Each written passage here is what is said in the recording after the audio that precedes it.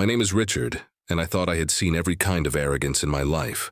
But nothing, absolutely nothing, had prepared me for what my son-in-law tried to pull when I bought my dream home. Before I go further, make sure to subscribe and comment your country name below. I'd love to know where you're watching from. Now, back to my story. After years of backbreaking work, I finally signed the papers for a $2 million oceanfront villa. It wasn't just a house. It was the reward for a lifetime of sacrifice. That evening, I sat on the balcony, savoring the sound of the waves when my phone rang. It was Jeremy, my son-in-law. I smiled, expecting congratulations, but the words that came out of his mouth nearly made me drop my glass. With no hesitation, no shame, he ordered me, not asked, ordered me, to prepare 15 beds, extra clothes, and food. He and his friends, he said, would be living like kings in my villa for 3 weeks. I stayed quiet as he rambled on about pool parties, late-night drinking, and how he couldn't wait to show off his new place to his buddies. My place, my blood, my sweat, my years of sacrifice.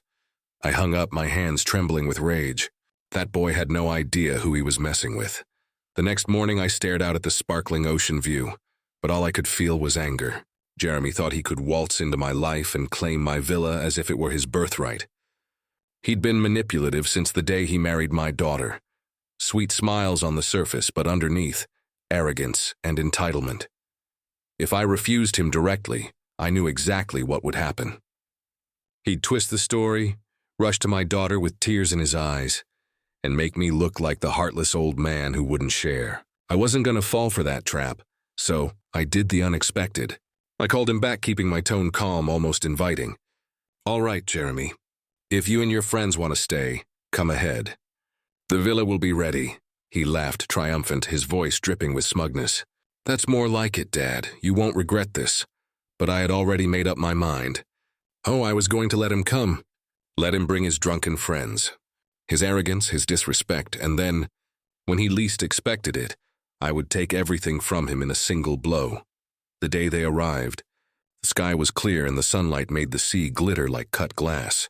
Jeremy pulled up in a van that smelled of stale beer and cheap cologne. 15 boys spilled out, arms slung over one another, laughing loud enough to scare gulls off the roof. They carried duffel bags, coolers, and an attitude like they owned the coast. They marched into my villa with the confidence of men who expected applause. My daughter greeted them with forced cheer I could see through. She looked at me once, searching for a sign I would object, and when none came, she smiled because she'd already been trained to expect the worst from him and the best from me. That look broke something in me and steadied me at the same time. Protect the family, but not at the cost of being stepped on. Jeremy clapped his hands and shouted, "Make yourselves at home." "That's sort of amazing, huh? $2 million well spent." They laughed, high-fived, dragged mattresses across the floor and threw them down like they were spreading ground for a tent. Bottles hit counters, music blasted, and within the hour the villa sounded less like a home and more like a rented dorm. I let them have the illusion at first. I walked through the rooms with a calm I worked at deliberately. I inspected the glassware they were already toasting with, the towels they tossed on the floor. I watched them set the stereo on the terrace that faced the ocean, its bass pounding against the evening. They were arrogant and stupid and very, very visible. That night they threw a party that would have made a college campus proud. I sat on the balcony and watched the smoke and light like a man watching a play he wrote. Jeremy danced with his hands on his hips as if he were king of the place. He bragged to his friends about how I'd bought him paradise, and he took pictures, posting them with captions that invited envy. He called his friends close and sang the praises of his inn with me, as if he'd earned some secret badge of permission. But while they celebrated, I did my quiet work. I had prepared for this. Weeks before their arrival, I had made discreet calls and arrangements that would look, to the naked eye, like acts of overbearing hospitality. I had arranged for extra beds to be delivered and positioned, but I'd also made sure those beds were more than appearances. They were comfortable, yes, but each mattress came with a small, nearly invisible tag sewn into a side seam. Each tag had a web address and a password. Little things, silly things, but part of a plan that needed silly details to be believable. I had installed cameras in the common areas disguised as smoke detectors and decorative lights. Nothing illegal. No cameras in bathrooms or bedrooms, but plenty in lounges, kitchen, terrace. I wanted to capture their best behavior for proof, should it be needed. Not because I intended to blackmail anyone. I wanted the truth recorded, so that when they lied, it would be their faces that betrayed them. The first few days, they treated the villa like a playground. They broke the garden furniture, left cigarette burns on the terrace table, spilled red wine on rugs I had spent months choosing. They joked about how generous I was, how their in with my daughter was now secured for life. Jeremy wore that smug look like armor. He started giving orders like he was the owner, telling the gardener when to come, how the pool should be heated, where the speakers should be placed. The people who worked for me were polite, but their eyes said what they always said about him. Disrespect dressed up as confidence. Around day 3, I made my move subtle. I hosted a welcome dinner under the guise of family unity. I served food and poured wine and watched them feast. I praised Jeremy in a way that made him lean into the compliments. The man loved attention. I asked his opinion on the pool table placement and nodded at his suggestions, letting him feel the control he craved. He ate it up, but during dessert, I raised my glass and made an announcement that on the surface sounded like more generosity. "Since you all are here for a few weeks," I said, "I thought it might be good to make this place a little more useful to you." We signed up for a professional house manager who will be staying on site for the next 2 weeks to maintain comfort and serve needs. She's with a respected security and hospitality firm. She'll help with logistics and will be around 24/7. Jeremy's grin widened. "See? Told you he's the best," he said, loud enough for the whole table to hear. Later that night, I arranged for the house manager to drop by as if by chance. She wasn't a threat. She was a confident woman who carried herself like someone who had seen entitlement before and refused to be impressed. She walked through the rooms with a clipboard, asking questions about their schedule, about the parties they planned. She spoke gently to my daughter so as not to alarm her. She smiled at Jeremy and then looked straight through him with the sort of disdain I loved. Over the next days, small things started to change. The manager began enforcing rules I'd stealthily asked her to. No loud parties after midnight, no guests without prior registration, no alcohol in certain rooms after certain hours. Jeremy scoffed but didn't act. He tried to bribe the staff with cash and drinks, but she declined and logged everything on her clipboard. Smiling, then came the bills. Had set up an account in the villa's name for utilities and hospitality costs and made sure the boys were aware, via smart notices left casually on the fridge, that they would be responsible for certain service charges if they stayed beyond a certain date. I watched Jeremy's face flush when he read about extra cleaning fees, linens, security service surcharges, and charges for any broken items. He barked and called me, demanding to know why I was billing him when I had invited him. I played the generous host. "It's just a formality," I told him. "We'll settle it later." He was too proud to leave then. These men were showmen. Height, attention, reputation mattered more than money in those moments. Their social currency was what they spent, so the idea they might be accountable for, it never occurred to them. That was my second advantage. Their arrogance was a leash I could pull. On day 6, when Jeremy ventured out to the village with 2 friends to stock up on supplies, I had the manager arrange a private viewing for a film crew I'd hired that morning. I told the production company I wanted a short feature on the villa, a slice-of-life promotional piece for luxury real estate. They arrived with cameras and lights, but the brief I gave them was also to capture authentic behavior for behind-the-scenes footage. When the group returned in high spirits, they walked into what they assumed would be a continuation of their reign. Instead, they were greeted by a scene that would be replayed to humiliation. The crew set up and began filming as the house manager, in full professional mode, asked the guests to explain their relationship to the property for the camera. Jeremy, in his element, began to boast. "My father-in-law is the owner," he announced, puffing his chest. He told elaborate tales of how he'd convinced his inn to let the boys stay, each word more ridiculous than the last. I let him speak. The camera picked up his every smug wink and self-satisfied pause. His friends chimed in, telling stories and exposing secrets. One of them bragged about an expensive watch he'd stolen from a previous party host. Another joked about a violent prank that had once gotten someone hospitalized. They laughed at details that would make an investigative journalist salivate. When the film wrapped, the footage was saved and edited into 2 versions. A promotional clip showing the villa's beauty, and a longer, more damning reel that highlighted the guests' reckless talk. I didn't release either immediately. I waited. The following morning I received a call from an unfamiliar number. It was the production company in a panic. "Mr. Richard, we have a problem.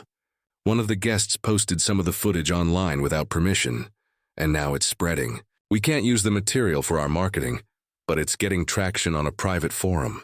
People are tagging names, and the business accounts of those featured are taking hits." Jeremy's face when I told him what was happening was worth everything I had planned. He fumbled through his pockets for his phone, scrolled his feed, and his smile vanished like a curtain being drawn. Messages popped up, screenshots of his boasting, tags from colleagues, private messages from past acquaintances sending links and laughing emojis. The internet does not forget, and for men who had built carefully curated images of success, the sudden erosion of that image was brutal. They blamed each other. They accused a friend of leaking the footage, then suspected a rival had hacked them. They raised their voices, and through the villa's hidden cameras, I watched their anger become confusion, then fear. It wasn't violence. That would have been messy and would have betrayed my purpose. But the damage to reputations, the embarrassment, the idea that their private bravado was now public, cut sharp. Jeremy wanted to leave immediately, to run back to town and delete whatever remained. But where do you run when people have screens in their hands and screenshots multiply like wildfire? He pleaded with me to intervene, to call the production company and stop the spread. I offered only a slow smile and said, "We'll talk about this later." That night they locked themselves in the master suite and argued quietly. Not about apologies, not about respect.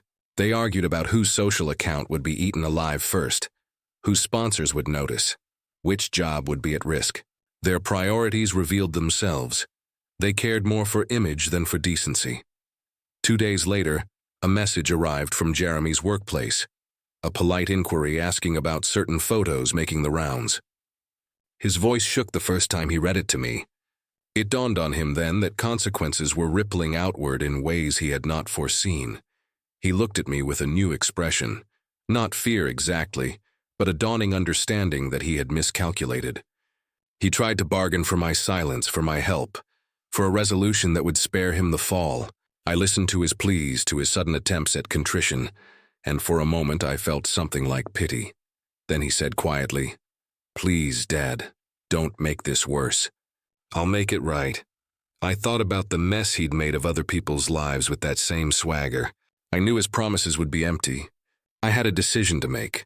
Finish him off with a single merciful blow, or let the world dismantle him slowly so that each piece would be visible to everyone who ever admired him.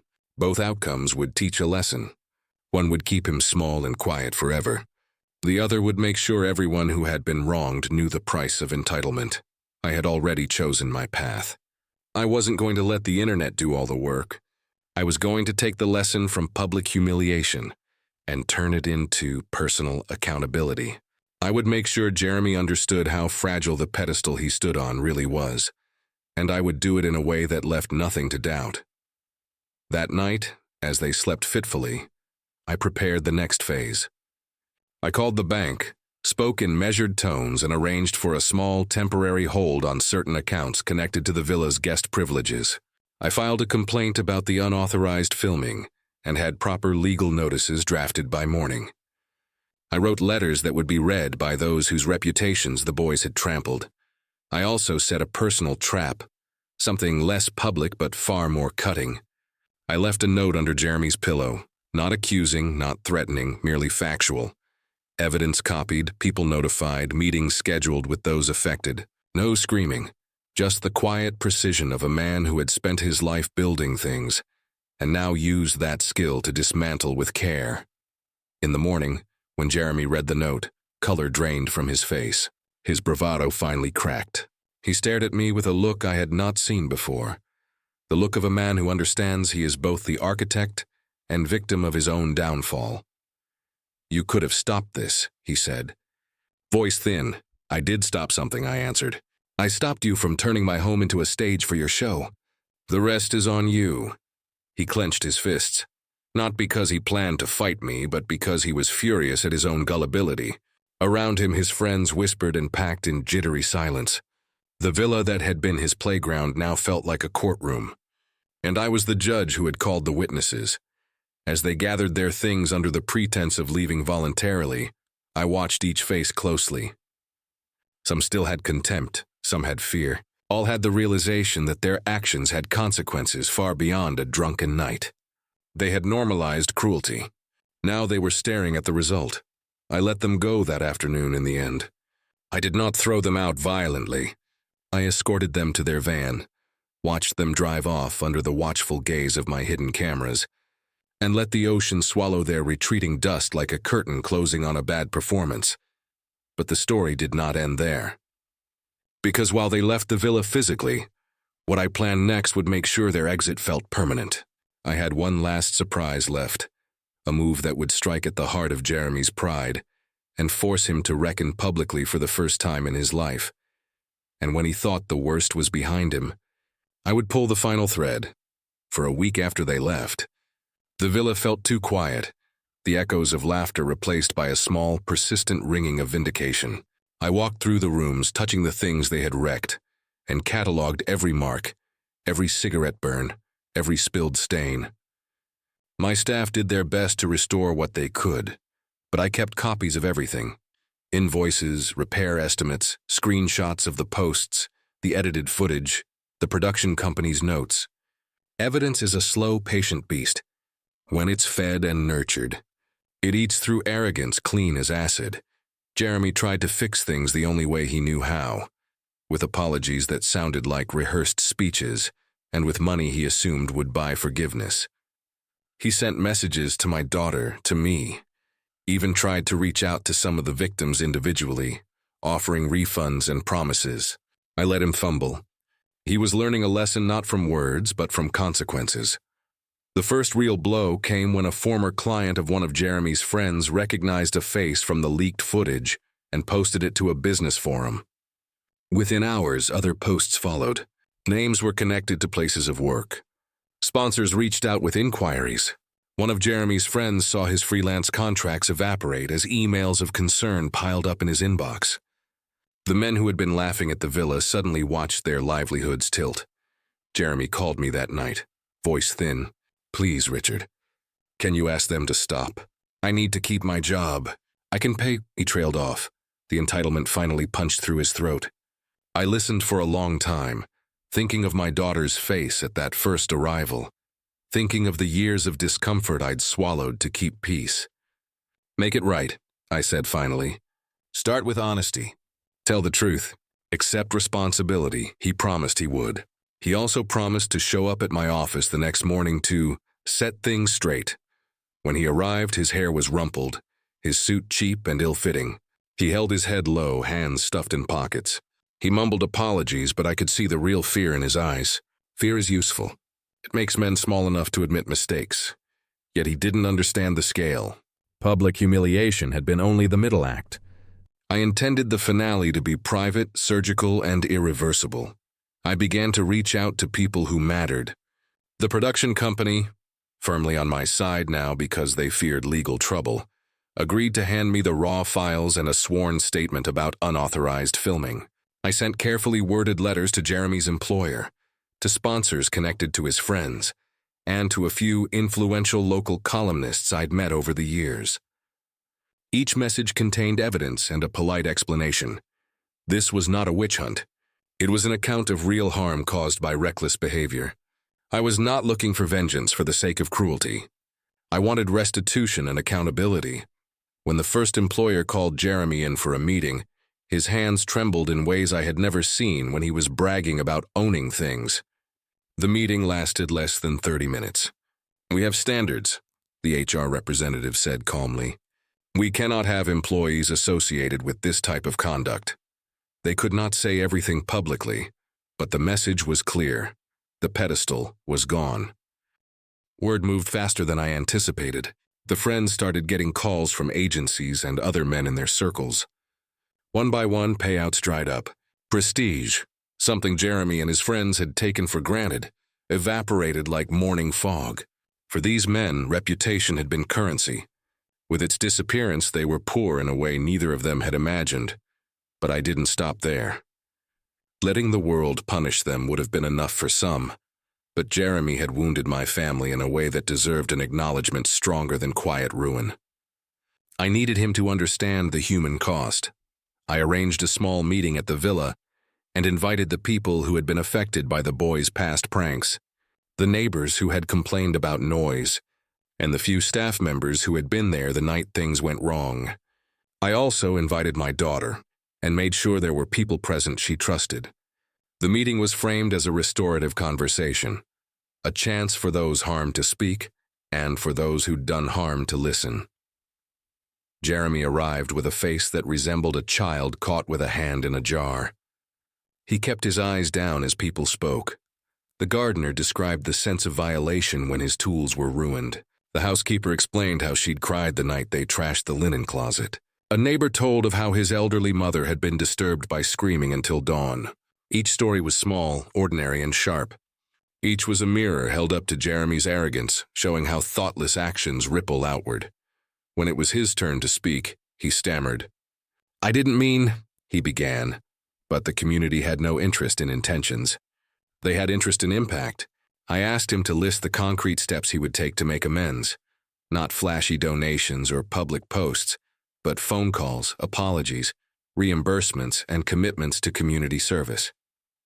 He swallowed hard and agreed, the words tasting like bile. Watching him speak in that room, not before fans or followers, but before the people he'd hurt, was more satisfying than any viral post. He stuttered through promises to replace damaged items, reimburse the staff, and take down posts he could control. I required something else, a public statement acknowledging harm without excuses. He hesitated. Pride is stubborn. It does not die easily. But the humiliation had taught him a new humility. He agreed. The statement was drafted, clear and unvarnished, and posted on the same channels where he'd once flaunted himself. People read it and decided, as people do, whether a man's words matched his actions. A week later, Jeremy came to me with a plan to restore himself by doing the right thing, and he begged us for my help. He wanted a reference. He wanted me to call some people on his behalf. He promised to be different. For a man who had given orders his whole adult life, asking for help was a wound to his ego deeper than any public mockery. I recognized the shape of his request. He wanted a soft landing. My answer surprised him. "You will make your own landing," I told him. "I will not be your parachute." Anger flickered in his jaw. "You don't get it. I need a job. I have a family depending on me. And you will get a job," I said. "One you earn without shortcuts. You will do the work to prove you've changed." That night he sat on the terrace looking at the ocean through a net of starlight. My daughter watched him from the kitchen window, her face torn between love and the memory of his arrogance. I had no illusions about forgiveness being easy. I only knew that the kind of lesson he'd received, public, financial, social, would be the kind that forced change, whether he liked it or not. Yet a man shaped by privilege does not break easily. I had to ensure the break was clean, that the pieces could not be reglued simply with an apology and a few cleaned rugs, so I prepared one last move, something that would remove his comfort permanently and force him into a place where he had to rebuild from the ground up. I contacted a local charity that ran apprenticeship programs for young men with troubled pasts. I told them frankly about Jeremy's behavior, about his willingness to work for restitution. To their credit, they listened. They had openings for men who would commit to a 6-month program, work, mentoring, and community service. It was not a job he could brag about. It was honest labor with set hours, hard work, and accountability. I offered Jeremy a choice. He could try to find a cushy, middle management job that might come with a title, but little change in character, and likely fail again. Or he could step down, learn humility, and earn respect slowly. I told him the charity would consider him if he agreed to their terms, and if I vouched for his willingness to follow through. He wanted the quick fix. He balked at the idea of physical labor and of surrendering control. But under the multiple pressures, lost contracts, public shame, family disappointment, he could see no other path. Finally, with a face that had aged in the span of a month, he agreed. He swallowed his pride and signed on. It was a small victory for me and a huge one for the people he had harmed. For the first time, Jeremy would be answering to someone other than his social mirror. But even as he walked into that program the next week, I knew there were others who would not change so easily. There were friends of his whose arrogance had set them on a path that involved theft, violence, and a lack of conscience. Some needed more than shame or service. They needed consequences that would not allow them to hurt again. That was when I turned my attention to one name in particular, Marcus. Marcus had been more than just boorish. He had once crossed a line that left someone hospitalized. The footage that bragged about the prank was not the only thing in Marcus's past. I had made discreet inquiries, and enough small stories added up to a portrait of a man who needed removal, not rehabilitation. I set plans in motion quietly. Calls to people Marcus had wronged, a few well-placed questions to authorities, an anonymous tip to a local investigative reporter who owed me a favor. I wanted Marcus to face a reckoning that matched the threat he posed. It would be done by the rule of law, not by my hand, but I would be the one to light the fuse. When the reporter called to arrange a meeting, Marcus was already jittery. He paced the villa's driveway, phone in hand, reloading feeds, looking for a lifeline. He didn't know the net that had been woven. He didn't know the precise moment when everything that had seemed secure would unravel. That afternoon, when the reporter arrived, I watched through the window as Marcus's bravado diminished under calm. Pointed questions about past behavior. The reporter hinted at documents and sources, and Marcus's answers became a tangle of evasions. The angle could be explosive, and I had ensured the reporter had enough to move forward. As twilight fell, Marcus received a call that made him drop his phone. He looked at me from the cab of his van with a face I'd seen only once before, the night I'd first met him after a neighborhood fight, and it was emptier than I expected. He didn't leave immediately. He sat there, breathing faster, like someone realizing the ground had shifted beneath his feet. He knew trouble was coming. He didn't know how fast. I turned away and walked into the villa, to the room where I kept the files and the proof of the men's misdeeds. I opened the safe and removed the last item I needed for the final act, a small envelope with a card inside, the details of a public announcement I'd arranged to make in the morning. It would not be cruel. It would not be petty. It would be absolute in its clarity. When I placed the card back in the envelope, the phone on my desk buzzed. It was my daughter. Her voice was low. "Dad," she said, "there's been a call. Marcus, something's happened. They want to talk to you now." I felt the air leave the room. The plan was unfolding faster than I'd expected. I straightened my jacket and looked out at the ocean, where the last light of day was gone and the horizon was a line of cool steel. This was the moment everything would be judged. By neighbors, by the law, by my daughter's eyes. I was ready to pull the final thread, but before I could reach for the phone to call the reporter back, there was a knock at the front door. A single, careful knock that sounded ordinary and yet sent a chill down my spine. I opened the door, and standing there, soaked by rain and pale with fear, was someone I had hoped I'd never see again. "Dad," she breathed, voice trembling. "We have a problem." The woman at my doorstep was drenched, her hair plastered to her face, and she looked 10 years older than the last time I'd seen her. For a single instant, I didn't recognize her, until she pulled back her scarf, and I saw the scar along her jaw, the one Marcus had left after that night years ago when he'd joked too far. It was Mara, the same Mara I'd once tried to protect, who had disappeared from our neighborhood after the incident that everyone pretended not to remember. "Dad," she said, voice barely a whisper. "They found him. They found Marcus." Her words landed like a hammer. The reporter had called me 5 minutes earlier, frantic about a new lead.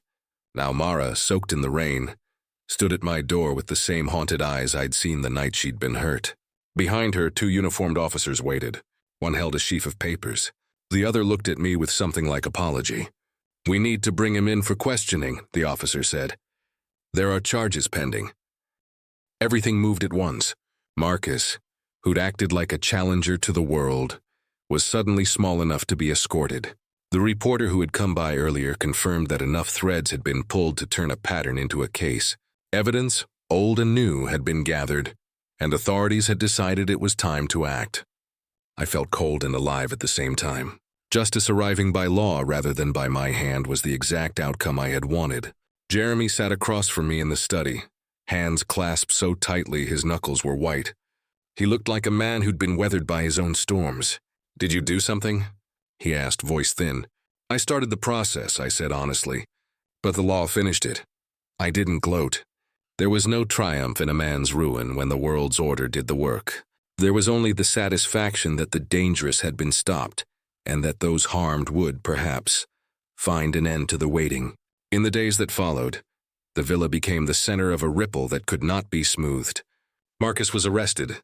The men who'd been reckless found doors closed, contracts lost, and a community that now spoke openly about right and wrong. Some apologized in public, some vanished. Jeremy went into the apprenticeship program. He worked hard and clumsily, as someone relearning how to be useful rather than admired. It was not dramatic, no sudden redemption montage, but slow, grinding competence that changed him more than any viral post had. My daughter visited often. She sat with me on the terrace, and sometimes we said little. Sometimes we said everything. Her eyes had lost something and gained something else. The knowledge that the man she once loved had been broken down, and for the first time given the choice to build himself anew. People asked why I had done all of it. Vengeance, some said quietly. Justice, others offered. I could have carved the men up with ruin alone, let the world do its savage work and walked away. Instead, I had orchestrated a path that forced accountability, where the culture of privilege had once covered it up. I wanted restitution, not spectacle. I wanted my daughter to see that consequences exist, even when they are inconvenient to the powerful. There were costs. The villa needed repairs. I spent money, time, patience, and perhaps a piece of innocence I'd carried for years. The belief that a family could always be shielded by silence. But I had also grown something in its place, a sense of moral stubbornness that refused to accept being walked over. Weeks later, Marcus's trial began. The evidence, some of it mine, much of it gathered by others finally brave enough to speak, was presented carefully. Marcus's arrogance crumbled in the courthouse under sober lights and formal questions. It was not a moment of triumph so much as a cold settling of accounts. He was found responsible on several counts.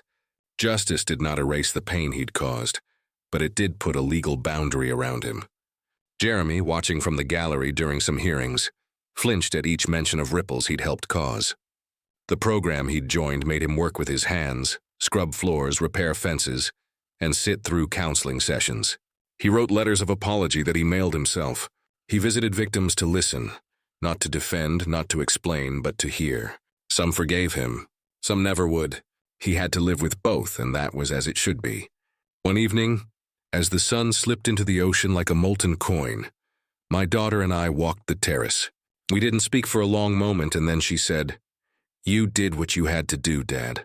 I don't know if I'd have had your patience." "You want a simpler answer?" I asked. She shook her head. "No, I want the truth." "The truth is," I said, "you can break a man with shame, or you can make him work to be whole again." I wanted him to have the chance to choose which man he'd be. Whether he took it was up to him. She nodded, a small, sad smile crossing her face. "I suppose that's better than a quick destruction." We kept the villa.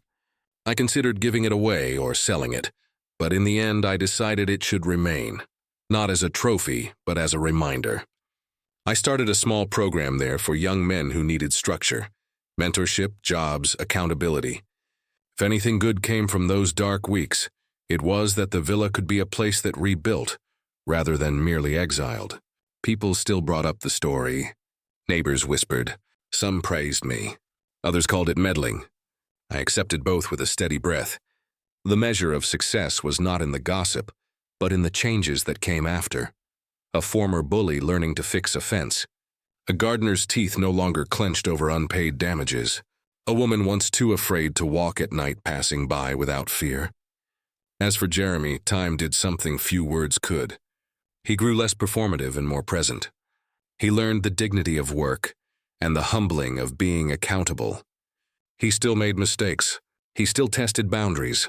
But the arrogance, that sharp-edged thing that once defined him, had been honed down to something smaller, more manageable. My daughter watched those changes warily, sometimes with hope, sometimes with caution. She had the right to decide her life, and I had the right to protect my home and my honor. On a quiet morning months later, I stood on the balcony with a cup of coffee and watched the ocean move in its endless, patient rhythm. The villa looked the same on the outside, but inside it held stories that would not be forgotten. I felt no triumph now, only a hard-won peace. If anyone asked me whether I regretted what I did, I might say this: I do not enjoy the pain people suffer when they must answer for their actions. But I do believe in consequences, and I believed then, as I believe now, that some lessons are too important to leave to chance. And so the villa remained, a place of sun and salt air, of repairs and laughter that returned slowly. It had been a battleground and became in time a school. I had used every tool I had: patience, proof, public pressure, and the law. Not because I loved revenge, but because I loved the people I could protect. When I tell this story, I don't tell it to boast. I tell it so others who stand where I did might know that humiliation can be turned into accountability, and that power, when wielded with restraint and purpose, can be a force for change. The last line I wrote in my private journal that year was simple: I wanted justice, not vengeance. I got a measure of both, and the world went on. If you liked this story, subscribe to the channel for more real-feeling revenge narratives. And tell me in the comments your country. I love seeing where you all are from.